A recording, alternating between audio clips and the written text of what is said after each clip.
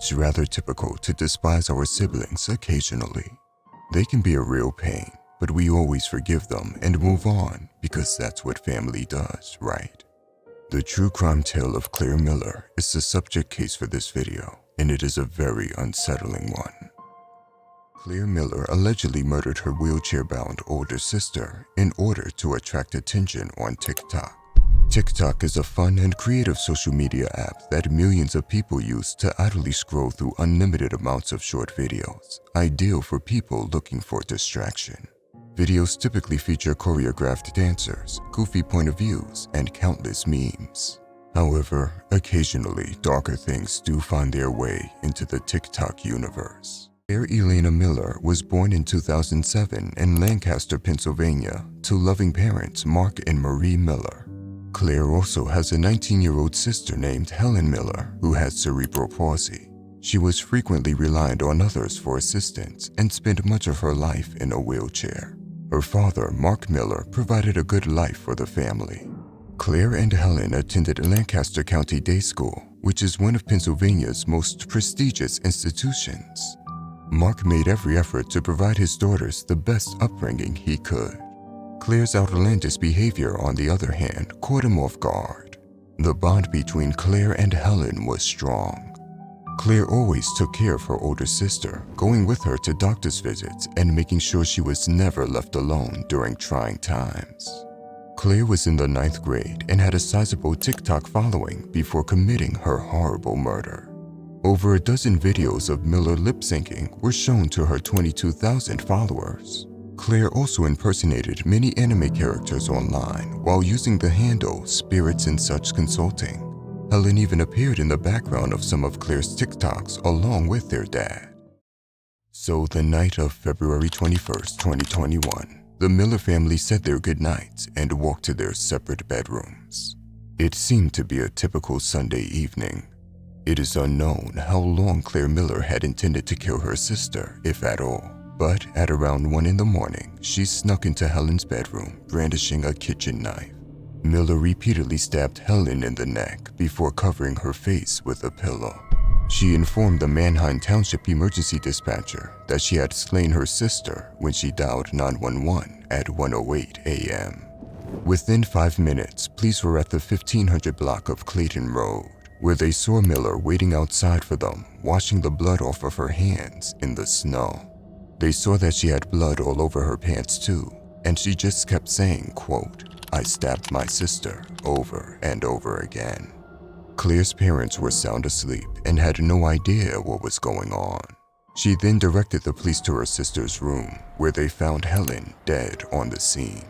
An officer removed Helen's pillow to reveal a large knife sticking out of her neck just above her chest.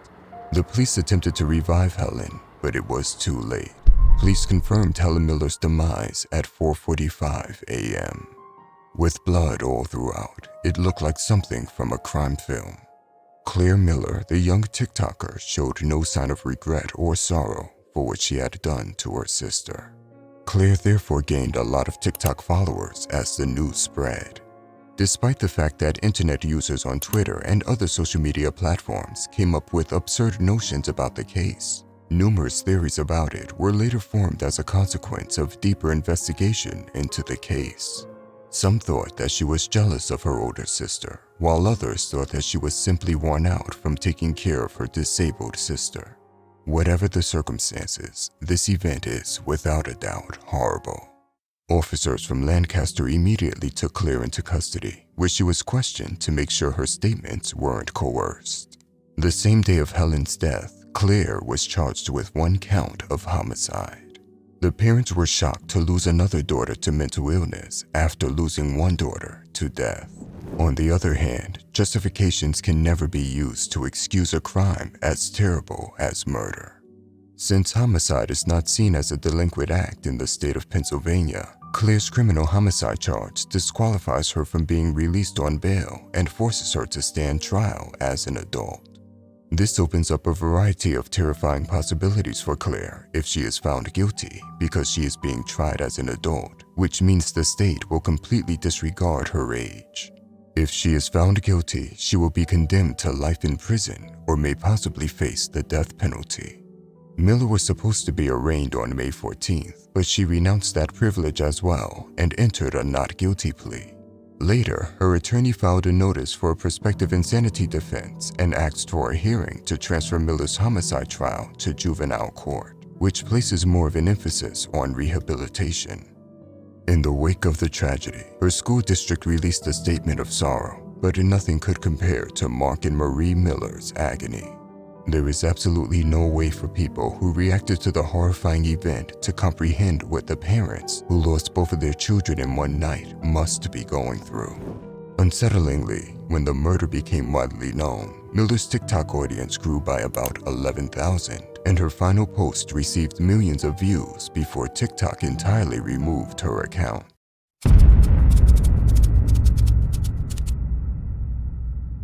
Britain's youngest double killers. The scariest 14-year-olds you have ever seen. One of the most confusing times in human life is in the teenage years.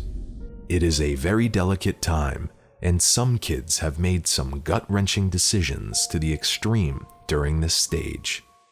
Kim Edwards and Lucas Markham are such kids. They are lovers who murdered Kim's mother and sister in cold blood. And interestingly, they both are 14 years old, making them the youngest double killers in Britain. The reason Kim did this will shock you. These young killers also went viral as the Twilight Killers because they bathed together and watched the Twilight movie almost immediately after killing. These scary kids are just insane. What could have gone wrong? Welcome. This is Crime Recall. Let's rewind a bit to 2008, when Kim's mother had hit her in a domestic row. Kim was just 6 years old then, so Kim and her sister had to be temporarily out of her care. That became over pretty soon. The case against the family was closed, and they returned to normal life. Kim started acting strange ever since then. The rift between Elizabeth and Kim widened. The main problem was that Kim always thought she was second best. She grew up believing her mother preferred Katie. One day, she wrote a suicide note. This made her mom worried, and she had to take her to see a psychiatrist. The psychiatrist later disclosed that she has no sign of mental illness. The rowing started becoming very frequent. Kim alleged that her mother would say she'd turn out to be like her father, who had abandoned their family while she was still a baby. Just like his new girlfriend, Lucas had experienced a terrible childhood. He was placed in foster care at the age of 4 as a result of his parents' violent marriage. Then he relocated to his aunt's home. His mother passed away from leukemia a year later, and considering his father's frequent drinking, his connection with him was far from perfect. The feeling of insecurity became worse after she met Lucas. They were in the same class, and Lucas too was characterized as a kid with a difficult character. They became physically, emotionally, and romantically codependent. One thing they had in common was the feeling that it was them against the world. The fondness for Lucas didn't sit well with Elizabeth, as if she knew the future. She described them as a time bomb waiting to go off. It got to a point where the couple ran away from their respective homes to start living in a forest north of Lincolnshire, their hometown. In around March 2016, Kim took an overdose of painkillers in an attempt to kill herself. Later, when that didn't work out, she started planning how her family members should die. A plan she completed by April 2016. On the fateful night, rather horrific, Lucas walked to Kim's house. She let him in through the bathroom window. He then tiptoed into Elizabeth's room, calmly held a pillow upon her face, and stabbed her in the neck, purposefully targeting her voice box so she couldn't cry out. She wouldn't die off easily. She crawled towards him, fighting for her life, but he wouldn't budge and proceeded with the brutal murder. Per Kim's instruction, he moved on to Kim's sister, Katie, and killed her during her sleep. Kim later explained. She said, "I thought it would have been better for my sister to die too. I was not killing my sister out of anger, and I miss her, but I was excited about killing my mother, and I was looking forward to it." When they settled down, they grabbed ice cream and started to watch Twilight, hence the highlight Twilight Killers of Lincolnshire. They remained in the building for more than 24 hours while the body of those killed still lay bleeding in the bed upstairs. It was later, after 2 days, they were reported missing from school when the police had to force their way in, that this was revealed. Both are amusingly shocking and messed up at the same time.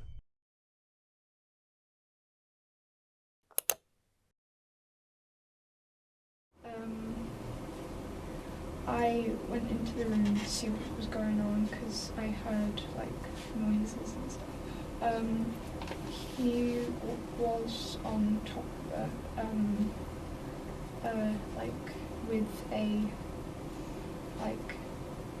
pillow over her head. "We felt laid back about what had happened," Kim later said. "Neither of us felt that bad about it." Professional and experienced detectives were equally perturbed by this horrific incident, especially regarding the demeanor. Detective Chief Inspector Martin Holvey said the fact of what happened in those 36 hours after and how they carried on as normal, watching TV, watching a film, going upstairs to use the toilet while people are lying upstairs dead, it beggars belief. Both of them, Kim Edwards and Lucas Markham, are now sentenced to serve 17.5 years behind bars, having made a considerable reputation in crime history as Britain's youngest ever double murderers. Could it have just been because of ordinary familial hatred? What could have spurred the kids to go to such extreme lengths? A criminologist, David Wilson, bluntly stated that they were displaying a high level of psychopathy. He singled out the fact that Kim believes she is favoring her mother and sister by killing them. In Kim's words, "My mom doesn't have to deal with me anymore, being suicidal, and she doesn't have to wake up worrying every morning to see if I'm still alive, while killing Katie saved her from going through the heartbreak and just all the emotions and stuff." Kim's psychologist later testified in court. He said, in that triangle, she felt very much left out. She felt that her mother was very much more attached to her younger sister. That said, as Dr. Kenny pointed out, it is like there's something still missing in Kim. That girl is getting across like one hell of a psychopath. I'm not convinced that in 17 years she will have learned enough from this, but let's hope for the best and hope they turn out to be better people.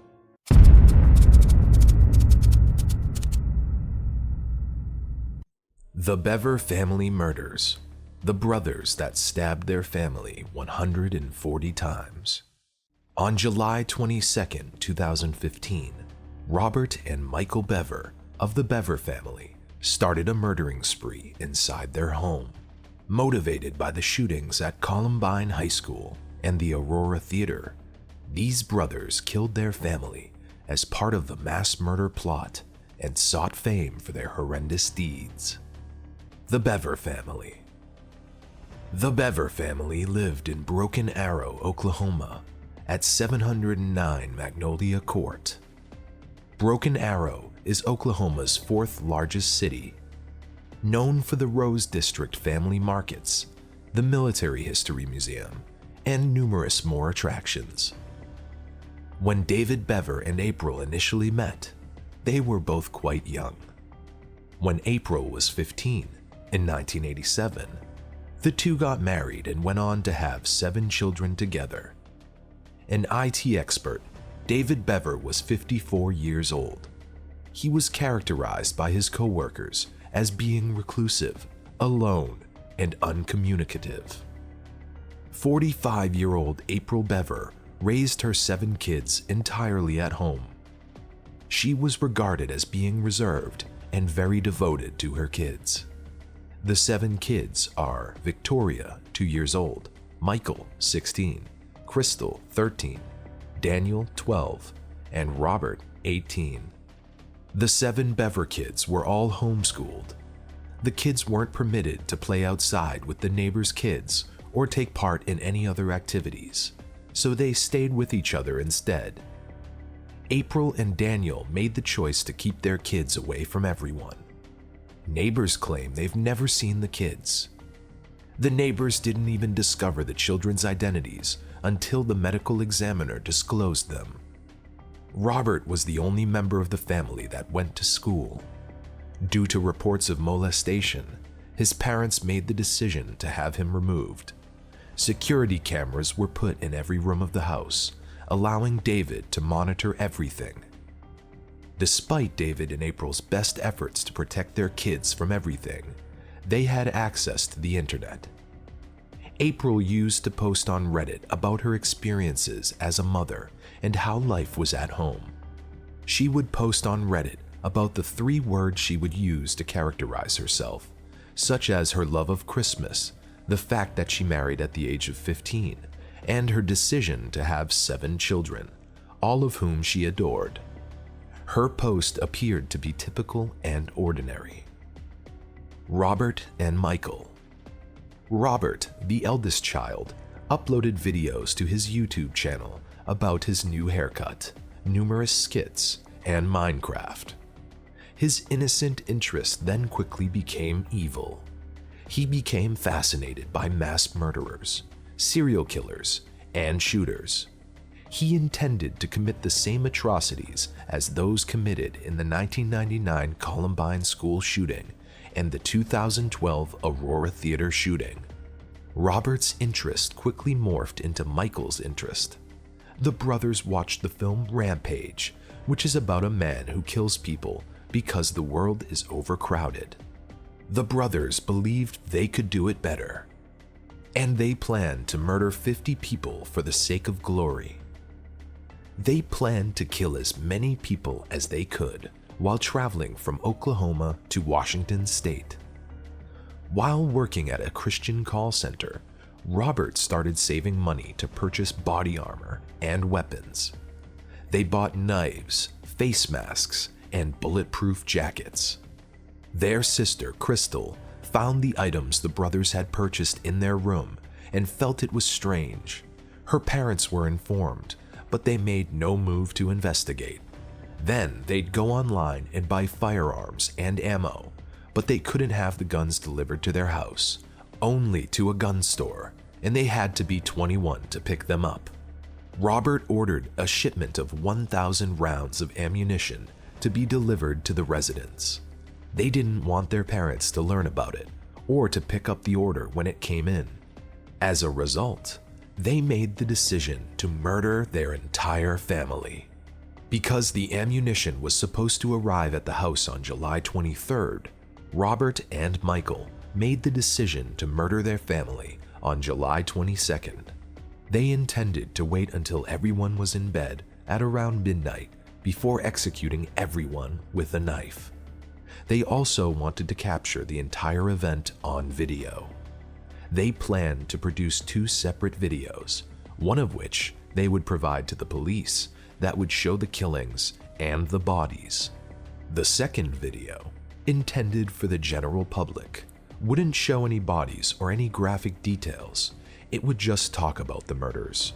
No one actually knows how Robert planned to obtain the weapons given that he wasn't 21 years old. But after the murders, they planned to go to Walmart to purchase huge plastic containers to dismember each member of the family, store the containers in the attic, and then start their killing spree. The murders. Around 11:30 p.m. on July 22nd, 2015, April instructed Crystal to gather her brothers so they could assist with doing the dishes. When Crystal walks into her brother's room, she discovers them wearing body armor and their beds covered in a number of knives. "Should we do it right now?" asks Michael as he turns to face Robert. "Yes," Robert replies. Michael tells Crystal that he has something to show her on the computer. She goes to the computer, and Robert approaches her from behind and slashes her throat. When they began stabbing Crystal, she started fighting back and was able to escape the room, screaming out for her mother as she ran to the front of the home. She collapsed at the front door due to the amount of blood she had lost. April screams as she sees her daughter covered in blood. Robert makes the decision to murder April. April is stabbed 48 times. Michael drags Crystal back into the house and they assume she's dead, so they abandon her. Crystal regained consciousness outside and decided that playing dead was the best option. Christopher, 7, and Victoria, 5, were in the bathroom hiding. When Michael goes to the bathroom, he tells them that Robert is attacking the family and that they had to open the door for him because he was afraid for his life. Michael began stabbing them both as soon as they opened the door. Victoria was stabbed 23 times and Christopher 21 times. Daniel, 12, breaks into his father's office and calls the police. Michael treats Daniel the same way he treated Christopher and Victoria. He begs Daniel to open the door because Robert is attacking the family and he is afraid. Daniel opens the door and Michael grabs the phone, greeting the 911 operator before smashing it on the ground. 911. Broken Arrow 911. Hello? Hello. Hi, where are you at? Broken Arrow, Oklahoma 7411. What address? 709 Magnolia Court. Okay. Are you the only one there? No, my brother's attacking my family. Your dad is attacking your family? No, my brother. He has an idea stealing me. Oh, millions of people now. Okay, who's attacking your family? What? Who's attacking your family? Yes. Who is it? Do they have... I'll call them.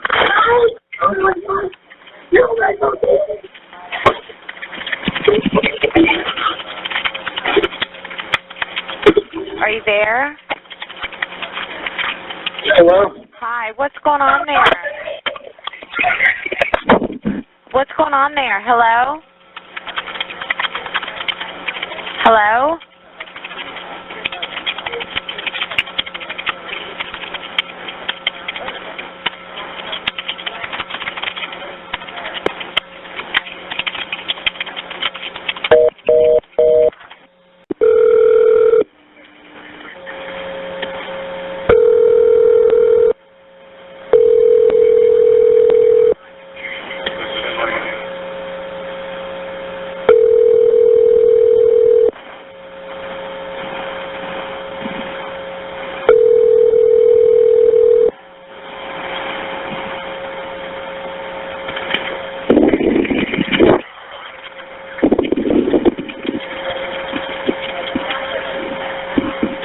Hello?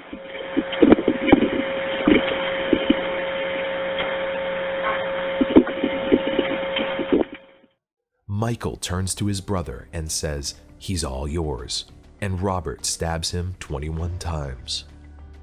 When David woke up, he went downstairs to see the horror and the altercation that occurred in which Robert then stabbed David 28 times. When the cops arrived at the house, they saw blood and heard a faint voice. When they enter, they find 2 survivors, Crystal and 2-year-old Autumn, who were left unharmed because they had completely forgotten about her, as well as 5 members of the Bever family who had all died. Robert had a notebook in which he wrote down what he planned to do to each member, including decapitating Autumn. Police discovered a camera with live footage of the murders. The brothers had fled through the back door and were running through the woods. Police tracked down Robert and Michael after using the dogs to detect their scent. Robert obeys the police orders, but Michael does not, as a result of the dogs bringing him out. Michael had bite scars on his shoulders and a ripped shirt. Crystal survives after undergoing successful emergency surgery. Proceedings in court. Robert and Michael were charged with first-degree murder on 5 counts and assault and battery with a deadly weapon on 1 count. During the interrogation, Robert admitted to killing his family, saying that there were too many people in the world and it wasn't wrong to do so, and that eventually he would have killed someone who deserved to be killed. He thought that if he killed many people, he would become godlike. When questioned, Michael blamed his brother, claiming that he was only a spectator. He later claimed that he only stabbed Christopher once and that he joined his brother out of fear of Robert. On August 3rd, they were arraigned. Robert was eligible for the death penalty because he was 18, but Michael was not because he was 16. Both brothers initially pleaded not guilty, but the prosecution eventually persuaded Robert to enter a guilty plea in order to avoid a trial and the death penalty. Robert was sentenced to 5 life sentences with no chance of parole. Michael's trial began on April 16, 2018, after he entered a not guilty plea. Michael changed his story and denied any involvement in the murders. Robert then testified in his brother's defense, claiming Michael had no involvement in the murders. Robert claimed that he simply attributed the murders to Michael so that he would not feel left out. Robert claimed that he and his siblings were subjected to physical and verbal abuse, and that his parents abandoned them in the house for months. Although Crystal corroborated the abuse story when she testified, it was not entirely confirmed. Michael was found guilty on all counts and sentenced to consecutively serve 5 life terms, each estimated at 45 years, in addition to 28 years for the assault. He currently has the possibility of parole, but not until he serves 85% of his more than 200-year sentence. Michael Bever is currently incarcerated at Lexington Correctional Center. Robert Bever is currently incarcerated at the Joseph Harp Correctional Facility. While inside, Robert had both of his hands tattooed. One hand spells out LWOPX5, life without parole, while the other spells out 5. Aftermath. Robert Bever attempted to hang himself in his jail cell on June 17, 2016. The same family adopted Crystal and her sister Autumn. The house was put up for sale, but no one was interested. A fundraiser was held in order to raise funds for the community's purchase of the house. On March 18, 2017, the house caught fire unexpectedly. On March 27, 2019, Reflection Park, a memorial for the family, was established on the property. To finish on a lighter note, the family had a dog named Sally, who was found locked in a crate after the boys were arrested. Julie, one of the neighbors, adopted Sally and cared for her until Crystal's return.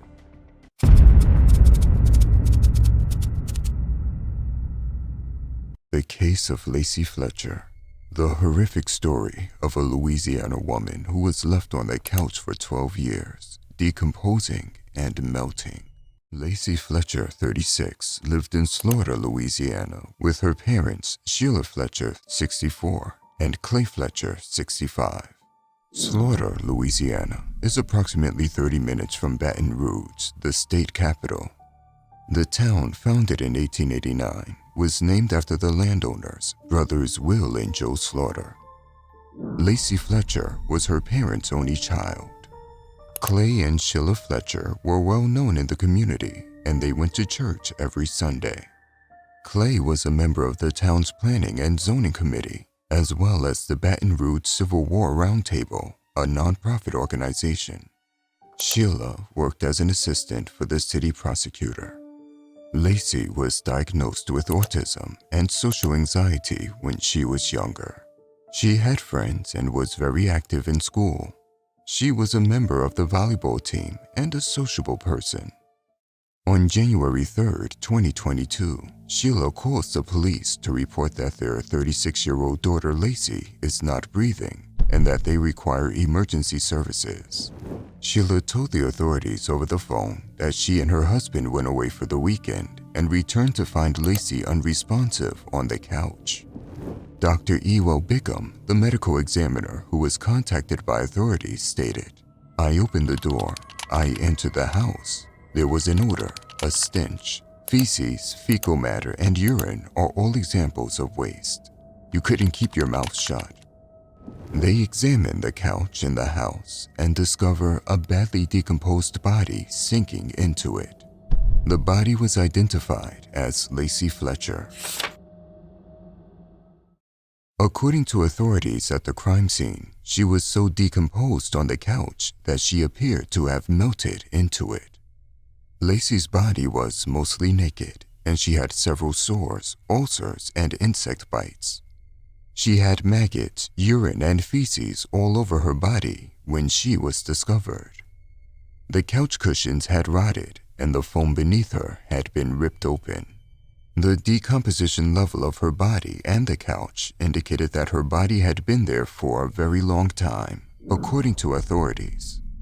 Following the autopsy, the results revealed that Lacey weighed only 96 pounds, which was unusual for a woman her age, and also tested positive for COVID-19.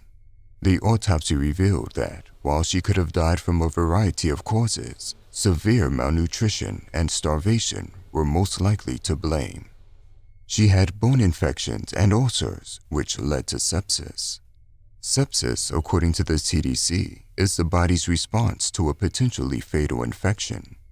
Sepsis develops when an existing infection sets off a chain reaction that spreads throughout your body. Sepsis usually begins in the lungs, the gastrointestinal tract, or the urinary tract. It can cause tissue damage, organ failure, and death if not treated properly. During the autopsy, pieces of the couch's foam were discovered within Lacey's stomach, proving to medical examiners that she had been consuming foam.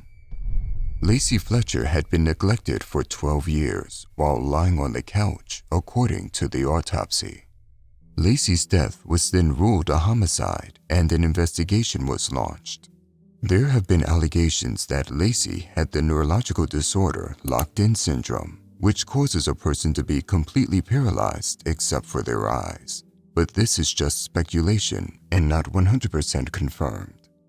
Police begin questioning Lacey's parents, Sheila and Clay Fletcher, because it seems strange that her parents just reported her death when her body showed she was badly decomposed, and the autopsy revealed she had been neglected for 12 years. Clay and Sheila stated that they took excellent care of Lacey and went above and beyond for her. They fed and washed her. Lacey's anxiety became so severe, they said, that she couldn't even get off the couch or leave the living room for a few days. Her parents also claimed that she went to the bathroom on towels next to the couch. Her parents claimed that they never felt compelled to contact a doctor or a caregiver who specializes in caring for those who are unable to care for themselves. Some neighbors stated that they had no idea Clay and Sheila had a child, while others claimed they hadn't seen Lacey in 10 to 15 years. Lacey was described by those who knew her as a typical child who was loving and carefree until she turned 14, when she became isolated. At that time, Lacey's parents chose to homeschool her. Lacey's parents claim that they began isolating her when she was around 14 years old because her autism became more severe, but there is no evidence to back up that claim, and many people think that they made it up as a reason to keep Lacey isolated. One of the neighbors remembered asking Sheila and Clay about Lacey because they hadn't seen her in a long time and assumed she'd moved away as she grew older and established a life for herself. Sheila and Clay informed their neighbor that she was still residing at the home and was fine. Many people speculated that Sheila would sit in her recliner chair and watch television while her daughter was ill and dying because there was a TV and a recliner chair next to the couch that Lacey was on. According to reports, Sheila and Clay went to see a doctor in 2012 to get an opinion on Lacey's condition. The doctor allegedly instructed them to bring Lacey in for a thorough examination, but Lacey did not appear. Lacey was 16 years old when she last visited the doctor. A grand jury indicted Sheila and Clay Fletcher for second-degree murder in the death of Lacey Fletcher, 36, on Monday, May 2nd. They surrendered and were booked into the East Feliciana Parish Jail that afternoon. Sheila and Clay Fletcher's bonds were set at $300,000 each Tuesday afternoon, according to Sheriff Jeff Travis. Both attempted to bond out on Tuesday night, but were unable to raise enough money for their combined release. Sheila was able to post bond overnight, the sheriff reported on Wednesday morning. According to jail records, her husband Clay was released on bond late Wednesday morning. Trial is tentatively set for February 6, 2023. Many people believe that the Fletchers will try to have their charges reduced to manslaughter in order to receive a lighter sentence. They lived in that house and went about their lives for years while their daughter deteriorated on the couch. Many people speculated that they had developed an immunity to the smell after spending so much time in the house with a decomposing body. The coroner in this case claimed that after seeing Lacey's body, he couldn't eat for a week and couldn't stop crying, and that this was the worst case of neglect he had ever seen. Many cops agree with the coroner that they had never seen anything like this before.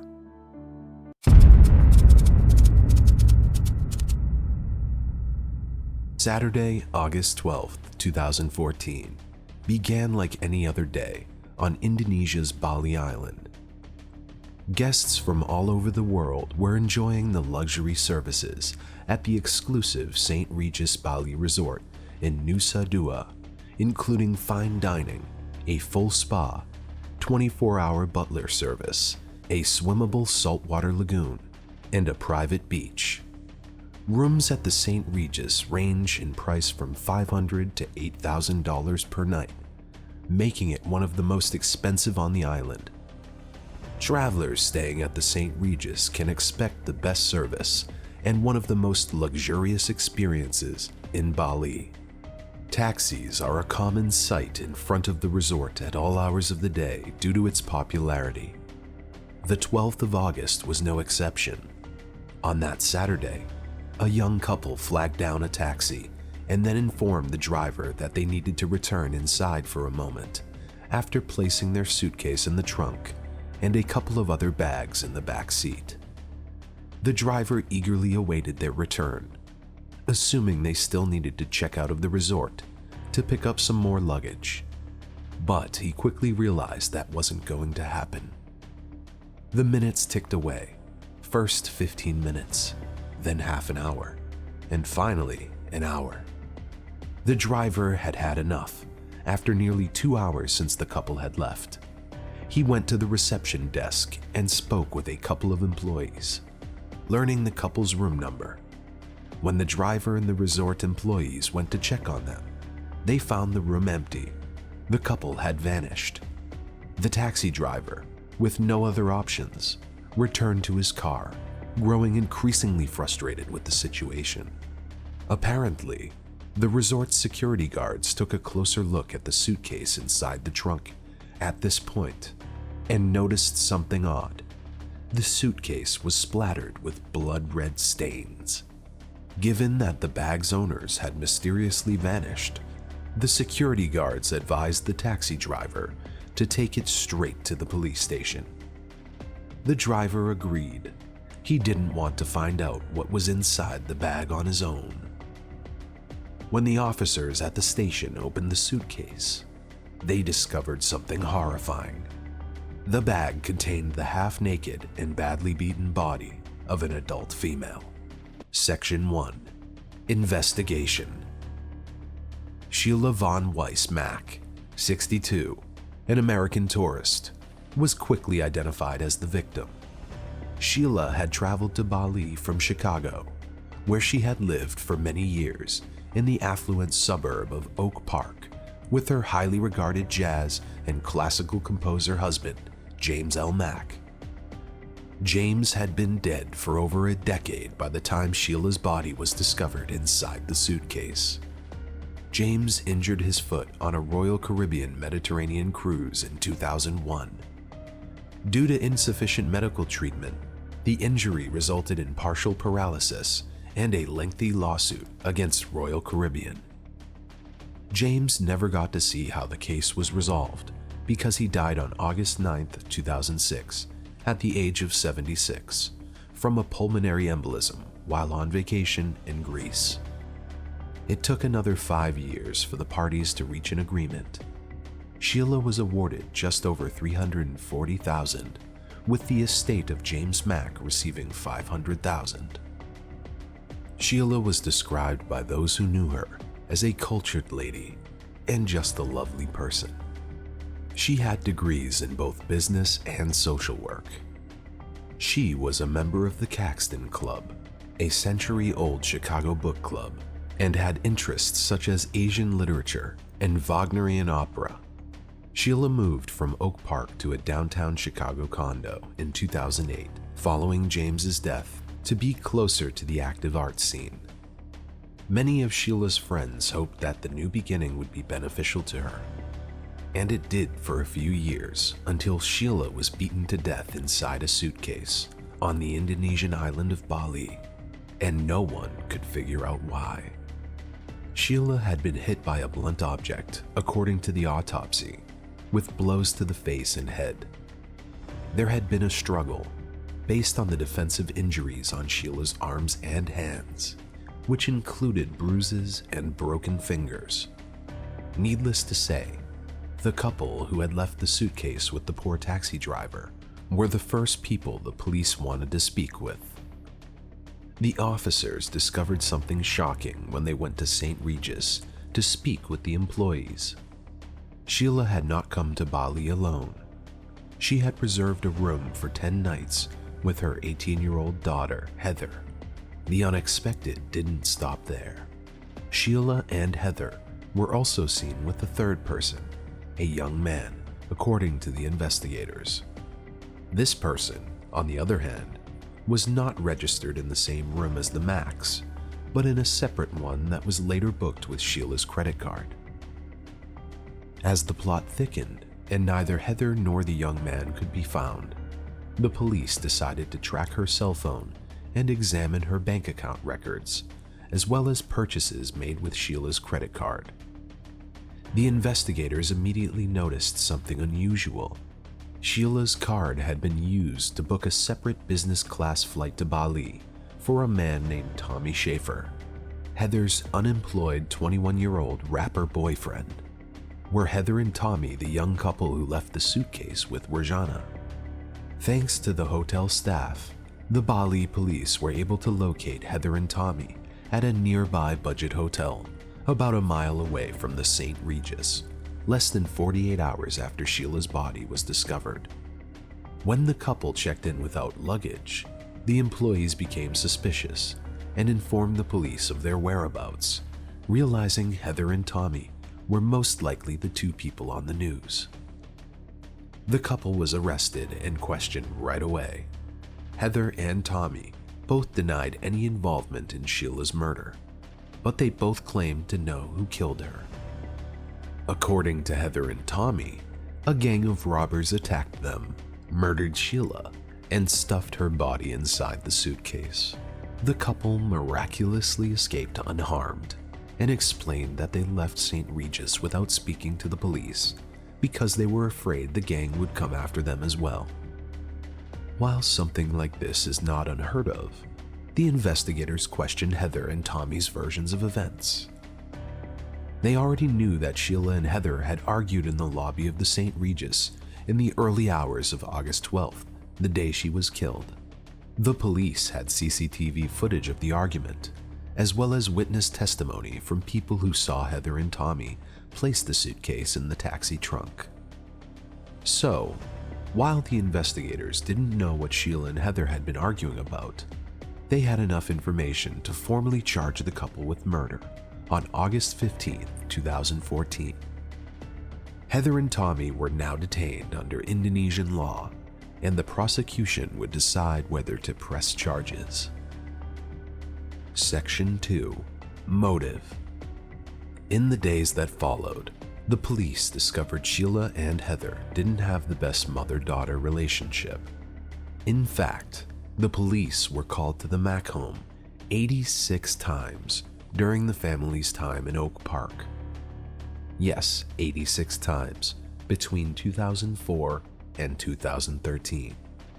All of the reports concerned theft or domestic violence, with Heather being the perpetrator. According to one 2010 report, Heather punched Sheila's broken ankle. She broke her mother's arm in 2011, and she bit Sheila hard enough to leave a bruise in 2012.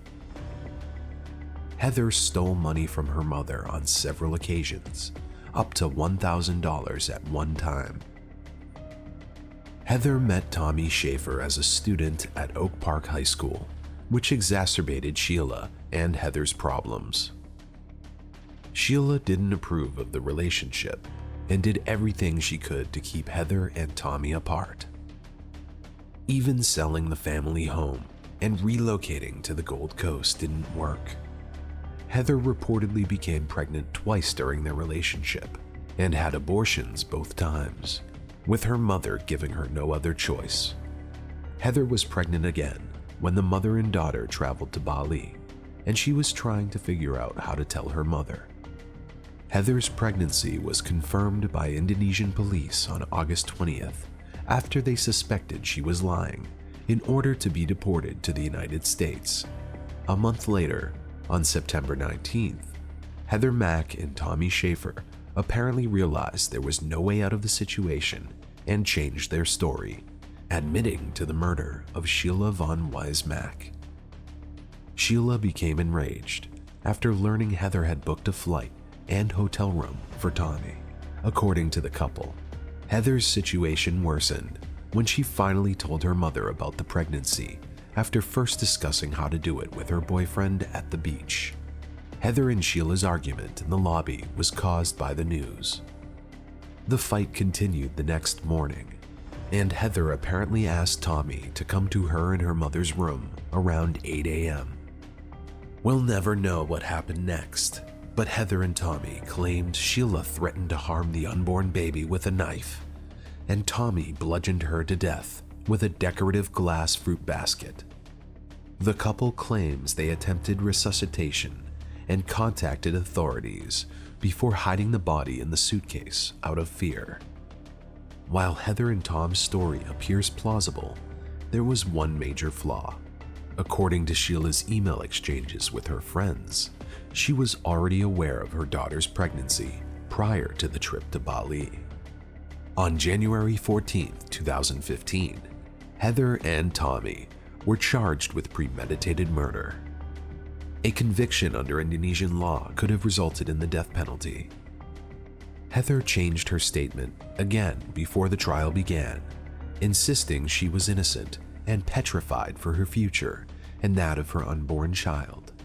In the end, a 3-judge panel determined that Sheila's murder was deliberate and premeditated and sentenced Heather Mack to 10 years in prison, while Tommy Schaefer was sentenced to 18 years in prison in April 2015. Heather was granted some leniency because of her infant daughter, Stella. On September 23, 2015, Tommy's cousin, Robert Bibbs, was arrested and charged with conspiring with the couple to murder Sheila.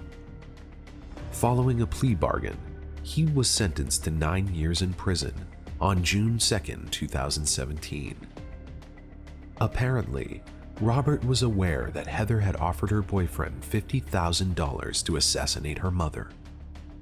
One could argue that she deserved no leniency, but the reality is that Heather Mack's legal battles are far from over. Heather was finally released from the Indonesian prison on October 29, 2021, when she was 26 years old. She didn't get to enjoy her freedom for long, as she was arrested by the FBI as soon as she returned to the United States. Heather and Tommy were charged with conspiracy to murder Sheila Von Wise Mack in a foreign country and obstruction of justice. Heather entered a not guilty plea in November 2021 and is currently awaiting trial on July 31st, 2023. Just then, we will know the final fate of Heather Mack.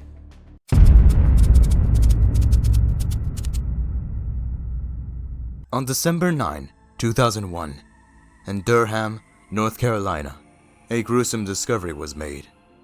Kathleen Peterson, a successful executive at Nortel Networks, was found dead at the bottom of a staircase in her home.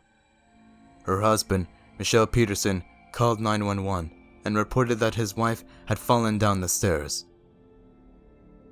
The couple seemed to have a perfect life, with a beautiful house and a loving family. However, the shocking events that unfolded would reveal a much darker and twisted tale. The question that has haunted many for years is, was Kathleen's death a tragic accident, or was it something more sinister? Michael Peterson, a former newspaper columnist and novelist, claimed that he and Kathleen had spent the night drinking wine and watching the movie America's Sweethearts.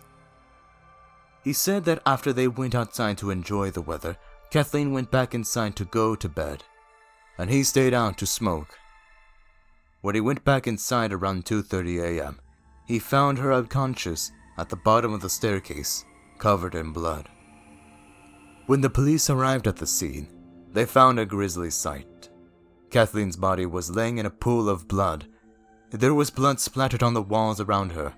The staircase itself had a large amount of blood, and several drops of blood were found on the floor leading to the kitchen. The scene looked like something straight out of a horror movie.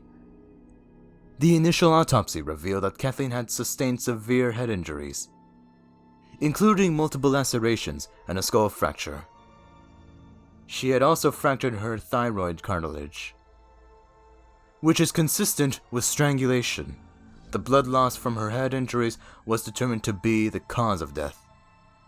The medical examiner estimated that Kathleen had been dead for at least 2 hours before her husband called 911, and the amount of blood at the scene was consistent with a prolonged struggle. The information raised suspicions, leading the police to question Michael Peterson's account of the events.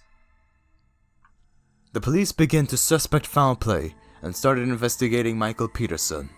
They found that he had a $1.4 million life insurance policy on Kathleen, which could have been a motive for murder. Additionally, they discovered that Michael had been having extramarital affairs with men, which he had kept secret from his wife.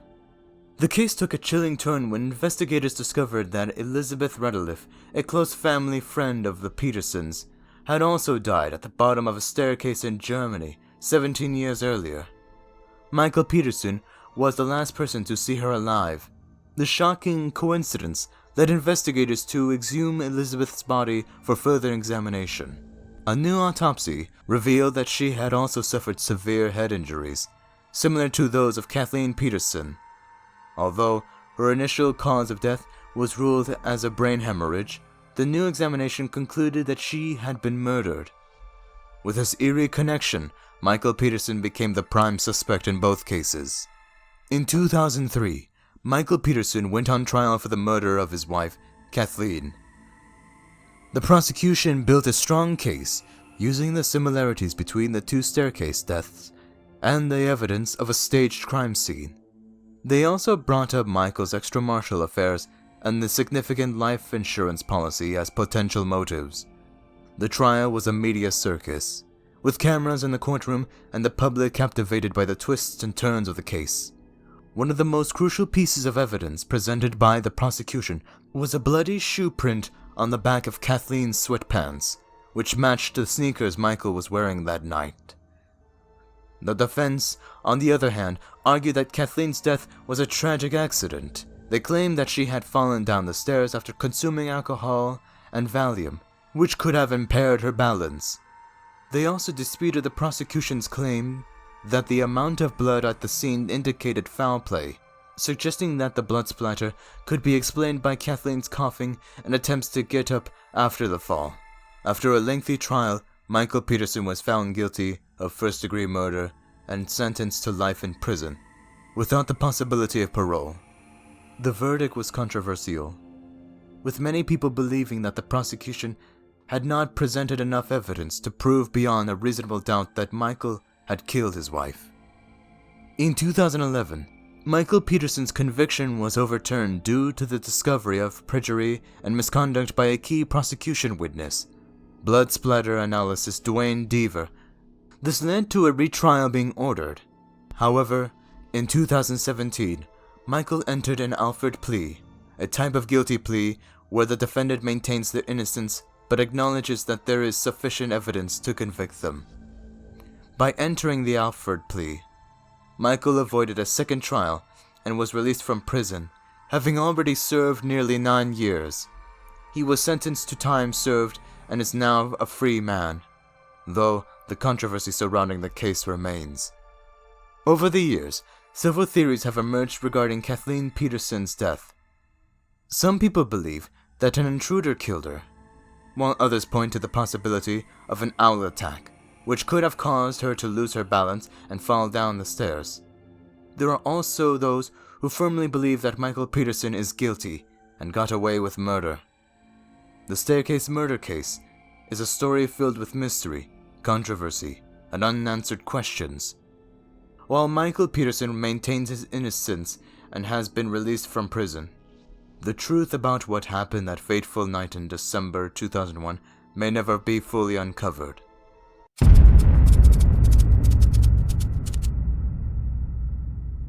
To understand the story of the Menendez brothers, we first need to look at the family they grew up in. The Menendez family was headed by Jose Menendez, a Cuban immigrant who had achieved the American dream. Born in Havana, Cuba in 1944, Jose fled to the United States when he was just 16 years old, following the rise of Fidel Castro's communist regime. He initially lived with relatives in Pennsylvania, working hard to support himself and adapt to his new life. Jose studied accounting at Queens College in New York City and later earned an MBA from the University of California, Los Angeles. With his impressive educational background, Jose was able to secure a job at Coopers & Lybrand, a prestigious accounting firm, and quickly climbed the corporate ladder. It was during his time in New York that Jose met Mary Louise "Kitty" Anderson, an aspiring actress from a suburban Illinois family. The two fell in love, and in 1963, they got married. Together, they had 2 sons, Lyle, born in 1968, and Eric, born in 1970. Over the years, the family moved around the country as Jose pursued his career, eventually settling in the wealthy community of Beverly Hills, California in 1987. On the surface, the Menendez family appeared to have it all. They lived in a sprawling mansion, drove luxury cars, and sent their children to elite private schools. But behind closed doors, there was a dark side to the Menendez family. According to friends and family, Jose was a strict and controlling father who placed enormous pressure on his sons to succeed. He was known for his temper and was often verbally and physically abusive towards his wife and children. Jose's overbearing nature extended to every aspect of his sons' lives, from their education and hobbies to their relationships and friendships. Kitty, on the other hand, was said to be a passive and submissive mother who was trapped in a loveless marriage and struggled with alcoholism and depression. She was described as a socialite who tried to keep up appearances, hosting lavish parties and maintaining friendships with other wealthy families in the community. But deep down, she was deeply unhappy and felt trapped in her life. As for the Menendez brothers, Lyle and Eric, they grew up in the shadow of their father's expectations. Despite their privileged upbringing, they struggled to find their own identities and were often at odds with their parents. They were known for their rebellious behavior, which included breaking rules and getting into trouble at school. As they got older, the brothers became more and more disconnected from their family, which would ultimately lead to a tragic and shocking outcome. On the evening of August 20, 1989, Jose and Kitty Menendez were brutally murdered in their Beverly Hills mansion. The crime scene was horrific. The couple had been shot multiple times with a 12-gauge shotgun, their bodies mutilated beyond recognition. Jose was shot in the head and chest, while Kitty, who appeared to have attempted to flee, was shot multiple times in the legs, arms, and chest before receiving a final fatal shot to the head. At the time of the murders, Lyle was 21 years old and Eric was just 18. They claimed to have been at the movies when the murders took place and returned home to find the gruesome scene. In a frantic 911 call, Lyle told the operator, "Somebody killed my parents," and sobbed uncontrollably. Someone killed my parents. Pardon me? Someone killed my parents. The investigation into the murders began immediately. With no signs of forced entry or robbery, detectives started to focus on the possibility of a family member being involved in the crime. But it wasn't until several months later that the true nature of the murders would be revealed. The initial focus of the investigation was on potential business rivals or enemies.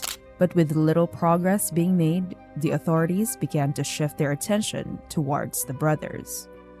In October 1989, Eric Menendez began seeing a psychologist named Dr. Jerome Oziel.